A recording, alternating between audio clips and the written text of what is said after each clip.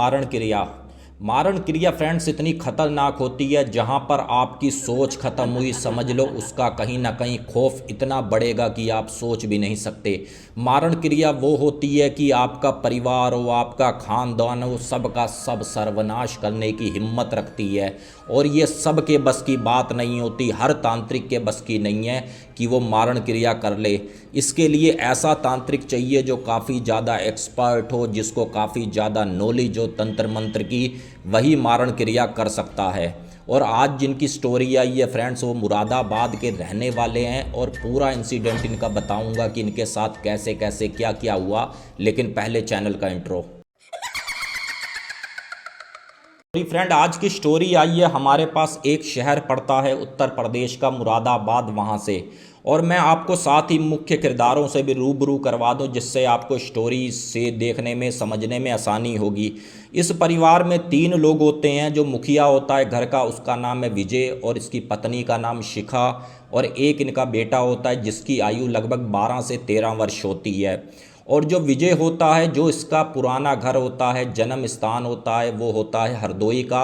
और इनके मुरादाबाद टू हरदोई काफ़ी ज़्यादा चक्कर लगते रहते हैं, क्योंकि बहुत ज़्यादा दूरी का रास्ता नहीं था, लगभग 4 से 5 घंटे का रास्ता था। और ये अपने गांव आते जाते रहते थे। होता क्या है, जैसे ही थोड़ा समय बीतता है तो यहाँ पर विजय के पिताजी फ़ोन करते हैं अपने गाँव से, और ये कहते हैं, बोले बेटा अगर हो सके तो इस तारीख को भाई आप घर आ जाएं। तो यहाँ पर विजय पूछता है, पिताजी कोई ख़ास काम है क्या? तो यहाँ पर विजय के पिताजी ये कहते हैं, बोले बेटा हमने तुम्हारे जो बेटा हुआ है एक मन्नत मानी थी कि इसको लड़का हो जाए तो हम माता रानी का जागरण करेंगे। और भाई देखो, अगर जागरण बोला है तो लाजमी सी बात है तुम्हारा होना भी बहुत ज़रूरी है।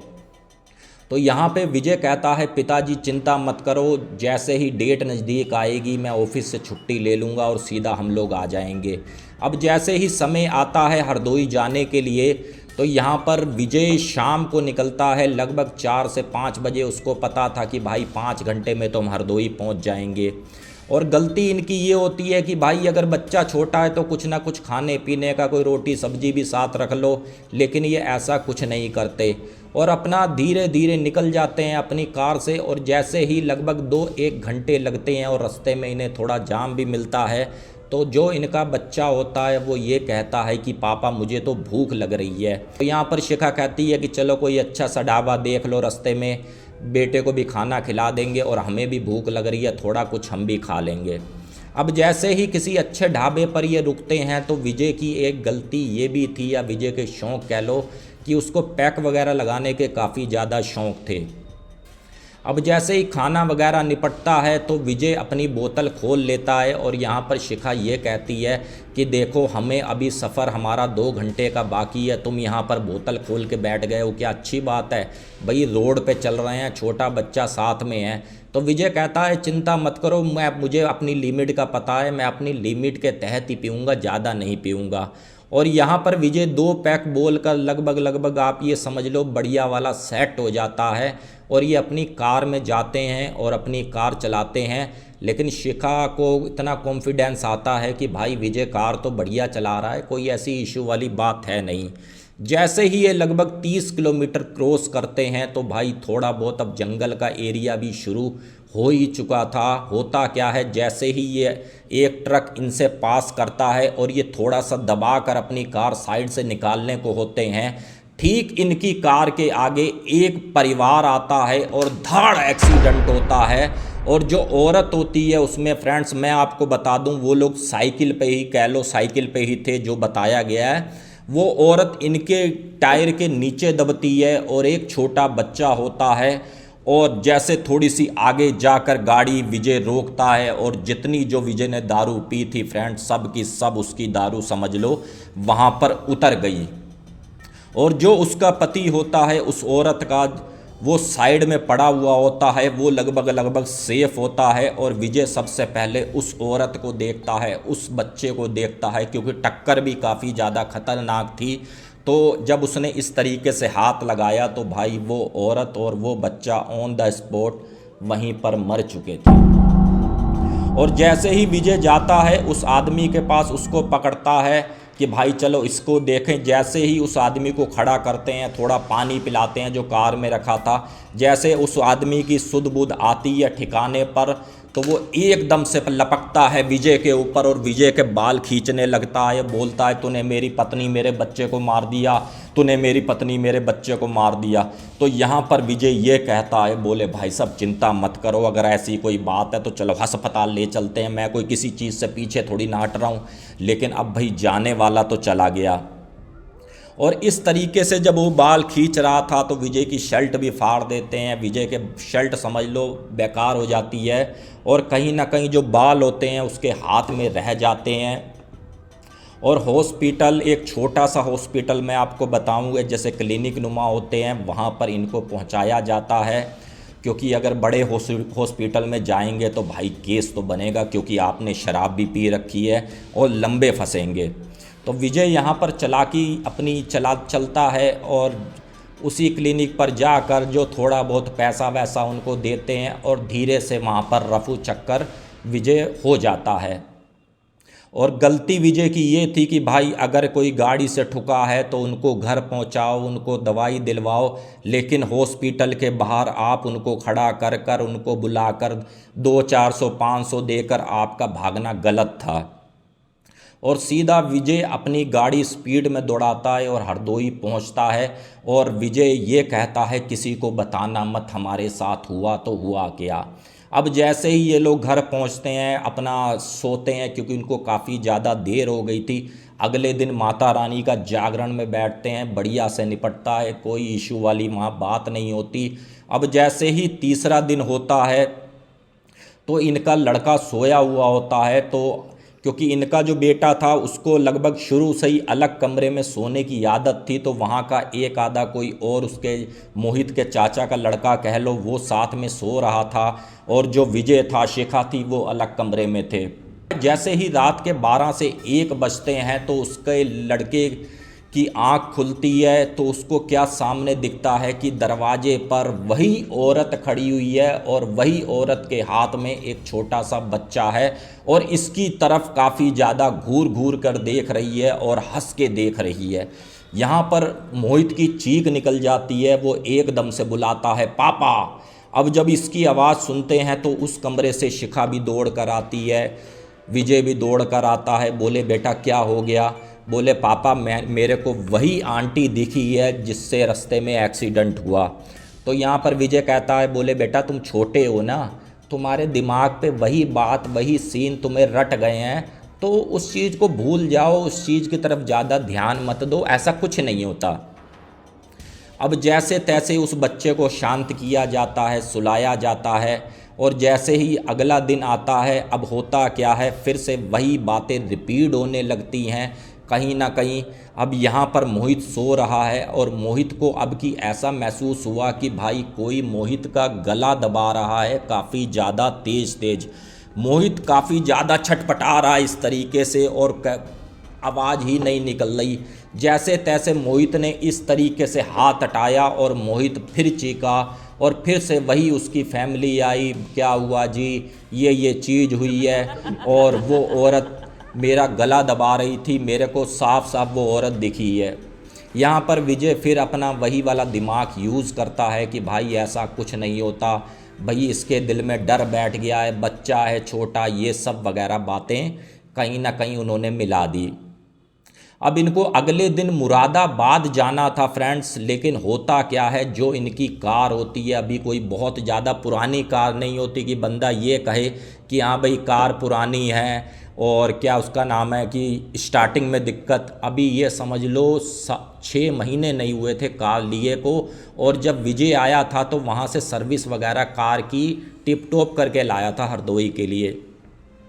काफ़ी ज़्यादा कोशिश करते हैं, कार स्टार्ट नहीं होती और हरदोई में ही शहर में जाकर वहाँ के एक मैकेनिक को गाड़ी देते हैं तो वो ये कहता है कि भाई साहब पूरे 2 दिन लगेंगे, 2 दिन के बाद आपको कार मिलेगी। तो यहाँ पर जो विजय के पिताजी होते हैं वो ये कहते हैं, बोले बेटा कोई बात नहीं, अब भाई इतना रुके हो, 2 दिन और रुक जाओ, अपनी कार लेकर जाना। जब विजय और शिखा ने अपने पिताजी को भी बताया तो उसके पिताजी भी बोले बेटा चलो जो तुम्हारे साथ हुआ सो हुआ, लेकिन भाई ये बात किसी को बताना मत। रही बात मोहित की, मोहित के दिल में डर बैठ गया है, क्योंकि मोहित बच्चा है, अभी 13-14 साल के बच्चा, क्या ही जानता क्या ही समझता है। अब जैसे ही मोहित फिर से शाम होती है अपना सोने के लिए जाता है, तो मोहित क्या होता है, इस बार कोई भी ऐसा चीखना चिल्लाना नहीं होता। लगभग 12 से 1-2 के करीब का टाइम बताया, 2 के करीब का टाइम बताया गया है। मोहित अपने कमरे का दरवाज़ा खोलता है और धीरे धीरे बाहर की तरफ जाता है और धीरे से छत की तरफ जाता है। और मोहित को ये लग रहा था कि कोई मुझे इस तरीके से बुला रहा है कि इधर आ इधर आ, और मैं उसी के साथ जाता चला जा रहा हूँ और वो मुझे छत पर लेकर गया। और जैसे ही छत का किनारा आया, और मैं आपको बता दूं कोई बाउंड्री वगैरह नहीं हुई थी छत की, और एकदम से इस तरीके से मोहित खड़ा हुआ और पीछे से किसी ने धाड़ से धक्का दिया। और किस्मत इतनी अच्छी मोहित की फ्रेंड्स, मैं आपको बता दूं जो मोहित के दादा थे वो थोड़ा बहुत घर का काम वगैरह भी करवा रहे थे, और जहां पर मोहित गिरा है वहां पर रेता बजरी पड़ी हुई थी। अगर थोड़ा सा 3 फुट इधर को जाता तो मोहित समझ लो बचता नहीं। अब जैसे मोहित वहाँ गिरा और थोड़ा बहुत हल्ला वगैरह मचा, तो यहाँ पर उसके दादा भी उठकर आए, बोले भाई क्या बात हो गया। अब जैसे शिखा वगैरह सब लोग हुए, थोड़े बहुत मोहल्ले के भी इकट्ठे हुए, तो इस पर विजय ये कहता है क्या पता भाई बच्चे की तबीयत ख़राब हो, बच्चा नींद में उठ के चला गया हो, क्योंकि आपको पता है लोग एडवाइस देने में पीछे नहीं हटते। किसी की भी बात हो तो भाई एडवाइज़ें तो खूब होती हैं। उस बच्चे को अंदर लाया जाता है, सुलाया जाता है, और विजय और शिखा ये कहते हैं लगता है कि इस घर में हमारे साथ ऐसी एक्टिविटी हो रही है, अब जल्दी से अपनी कार करो हम मुरादाबाद जाएं। लेकिन फ्रेंड्स मैं आपको बता दूं यहाँ पर, अगर कोई भी प्रेत शक्ति आपके पीछे पड़ गई है ना, तो आप मुरादाबाद तो छोड़ो, आप अमेरिका चले जाओ, इंग्लैंड चले जाओ, वो आपका पीछा छोड़ेगी नहीं। होता क्या है, जैसे ही अगला दिन आता है फिर से वही रात आती है और मोहित अपने कमरे में सोया हुआ होता है, तो यहाँ पर शिखा के दिमाग में एक आइडिया आता है कि भाई मोहित रात को लगभग 1 से 2 के बीच में उठता है, चीखता है, चिल्लाता है। कल तो भाई वो उठकर छत से गिरा, तो आज तो इसकी निगरानी करनी पड़ेगी। शिखा को नींद नहीं आती। शिखा ठीक लगभग 1:30 बजे के समय मोहित के कमरे में दबे पांव से जाती है, तो क्या देखती है कि भाई जहाँ पर उसका बेड लगा हुआ है बराबर में 2 कुर्सियाँ रखी हुई थी फ्रेंड्स, और उसी कुर्सी पर ही उसको एक औरत दिखी है बैठी हुई, और बराबर वाली कुर्सी पर उसको एक आदमी बैठा हुआ दिखा है। यहाँ पर अब शिखा की चीख निकलती है और शिखा ये कहती है कि जो मोहित कह रहा था वो A to Z बिल्कुल ठीक ठीक कह रहा था, और वो तुरंत विजय को बुलाती है। बुलाना ही क्या था भाई, चीख निकली तो लाजमी सी बात है, सब ने उठना था। अब यहाँ पर विजय इस तरीके से बोला, यार ये सब सीन चल क्या रहा है। तो विजय के जो पिताजी होते हैं बोले बेटा चिंता मत करो, सुबह हमारे गांव के जो पंडित जी हैं काफ़ी ज़्यादा जानकार हैं, और जो यहाँ के एक पीपल पर ब्रह्मदेव जो भगवान हैं, समझ लो उनकी सिद्धि उनके पास है, तो वो हर चीज़ जानते हैं, हर तरीके से हमारे बच्चे को सही कर देंगे। अब जैसे ही सुबह होती है ठीक वैसे पंडित जी के पास जाया जाता है और उन पंडित जी से बात करते हैं, तो वो पंडित जी ये कहते हैं कि भाई रास्ते में तुम किसी का एक्सीडेंट कर कर आए थे। तो विजय कहता है हाँ जी बाबूजी आए थे। तो उस पर उन्होंने ये कहा कि भाई जिस परिवार को तुमने नष्ट किया है, जिस परिवार को मारा है, और जो वो आदमी बचा था उसने तुम्हारे परिवार पर मारण क्रिया करी है। तो इस पर विजय के पिताजी ये कहते हैं पंडित जी चलो जो भी करियो हमारे परिवार को बचा लो भाई, जैसे तैसे इनका एक बेटा हुआ है शादी के काफ़ी समय बाद, आपसे हाथ जोड़कर विनती है इसको बचा लो। तो वो पंडित जी कहते हैं कि देखो भाई ये मेरे बस की नहीं है कि मारण क्रिया कोई काट ले, और मारण क्रिया काटना सबके बस की बात नहीं होती, क्योंकि मैं आपको थोड़ा बहुत बता देता हूँ कि मारण क्रिया कैसे होती है। जो गुड्डा आपने देखा होगा उसके ऊपर तिल्लियां मारते हुए, सुइयां मारते हुए वो गुड्डा तैयार होता है फ्रेंड शमशान घाट में, और काफ़ी समय तक उसकी पूजा करनी पड़ती है। अगर कोई अधूरा तांत्रिक है तो काफ़ी समय तक, अगर कोई ट्रेंड है, एक्सपर्ट है, तो उसके लिए तो भाई कोई बड़ी बात नहीं। बोले इसके ऊपर मारण क्रिया की हुई है, पहले तुम्हारा बेटा जाएगा, फिर तुम जाओगी शिखा, उसके बाद विजय का अंत होगा। बस ये मामला थोड़ा सा स्लो इसलिए हुआ क्योंकि माता रानी का जागरण में तुम थे, इसलिए वो चीज़ें इतना असर कर नहीं पाई। और रही बात इस तुमको सही करने की, तो ये रहे मेरे हाथ, मेरे बस की बात नहीं है। तो यहाँ पर शिखा ये बोलती है क्या भगवान भी इनको नहीं बचा सकते, क्या भगवान भी हमारी मदद नहीं करेंगे। तो यहाँ पर पुजारी जी का बस एक ही कहना था कि भाई इसको जल्दी से जल्दी हो सके तो भाई मेहंदीपुर बालाजी ले जाओ, और इसके अलावा कोई रास्ता नहीं है, क्योंकि ये जो भी शक्ति है जो मैं अपनी ऊर्जा से देख रहा हूँ, अपने तपोबल से देख रहा हूँ, तुम्हारे बच्चे को लेने के लिए आई है, उसके बाद तुम्हारा नंबर है, और जल्दी से जल्दी इसको लेकर जाओ। और यहाँ पर विजय और विजय के पिताजी तैयार हो जाते हैं, साथ में शिखा होती है, एक गाड़ी बुक करते हैं, सीधा मेहंदीपुर बालाजी लेकर जाते हैं, और वहाँ के पुजारी जी को सारी बात बताते हैं कि पुजारी जी ऐसी ऐसी घटना हुई और ऐसे ऐसे हमारे साथ हुआ। तो वहाँ पर पुजारी जी विभूति वगैरह लगाते हैं, कुछ एक मंत्र जाप करते हैं, उसके बाद मोहित कुछ नॉर्मल होता है, और जो विजय होता है, शिखा होती है, वो भी कुछ हद तक नॉर्मल होते हैं। और लगभग 7 से 8 चौकियाँ वहाँ पर मेहंदीपुर की बालाजी उनको लगाना पड़ा, और उसके बाद कहीं जाकर वो मारण क्रिया, मारण आप कह लो, कटा। लेकिन फ्रेंड्स मैं आपको बता दूं, यहाँ पर जो मोहित है अब उसकी आयु लगभग भी 25 से 28 साल हो गई है, और ये पूरा इंसिडेंट आप ये लगा लो सन 2007-8 के करीब का बताया गया है। और मोहित ये कहता है कि अजय भैया अभी भी मुझे कभी ना कभी आभास होता है, वही औरत मुझे दिखती है और वही उसके हाथ में एक बच्चा दिखता है, लेकिन अब वो पहले वाली ऐसी कोई बात अब रही नहीं। और मोहित जो है मैं आपको बता दूं अपना बिजनेस कर रहा है, और मुरादाबाद में समझ लो काफ़ी बड़ा उसका नाम है, लेकिन यहाँ से मैं बिजनेस शो नहीं करूँगा क्योंकि उन्होंने मुझे साफ साफ मना किया है।